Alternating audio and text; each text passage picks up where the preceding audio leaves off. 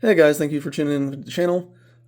Sorry the workbench is a mess, but I got a new tool in and I just used it for the first time. It's not my first time doing this process, but it's the first time using this specific tool. This is the Wheeler barrel lapping, not barrel lapping, but upper receiver lapping kit. They're fairly cheap. I got it on Amazon for like 30 bucks, and in my opinion, it is a phenomenal kit. So it comes with three pieces. It comes with this, which is your drive shank, your lapping rod, and then some 220 lapping compound. Basically what you do is you take your upper receiver, stripped down of course, and the goal is to get this rim square with the rest of the upper receiver. This rim is what your barrel sits flush against. And if this is not square, then when you tighten down your barrel nut, it can cause accuracy inconsistencies, especially if you don't have a torque wrench, which I strongly recommend that you use when tightening a barrel nut. But if your torque wrench if you're tightening your barrel nut without a torque wrench and you're just kind of freeballing it, then those inconsistencies can cause differences every time you assemble your rifle. So all I did, and this process took less than 5 minutes, take your upper receiver block, throw your upper in there, throw it in a vise, and then I lubed the shank of the shaft itself because this rides inside the upper receiver and I didn't want this marring up. It's a pretty smooth surface. It's got a good hard anodized coating on it with no burrs whatsoever, so it shouldn't scratch up anything, but make sure you lube this and don't get any of your lapping compound on it.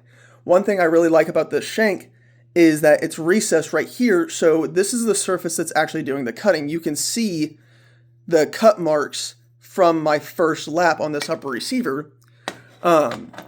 So I'm going to try and do this one-handed, but it rides in here.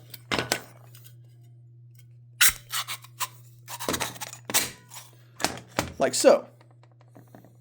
And then as this is in your upper receiver, your upper block, you just put some lapping compound against this surface right here, and then your shank connects right in that port right there. You throw that in your drill, and this rod is flexible, so even if you don't have the most consistent pressure, it'll still keep it square to the upper receiver. Now, this can increase accuracy, but one thing you want to be mindful of is that this can shorten your headspace because you're removing material off of the face that indexes where the barrel sits inside your upper. So if you remove too much, you could cause too large of a headspace gap. So I strongly suggest you use go-no-go gauges when doing this to make sure that your headspace doesn't become out of alignment as you do this process. Now, the way I dictated that this upper needed it was assuming that this is square, this shelf, this face right here, assuming that's square, basically I just put it in there like that and held it up to the light and looked all around to see if I could see a light gap coming through any of the spots, and I could, specifically on this top right corner right here, which means this was the low spot. Everywhere else was the high spot.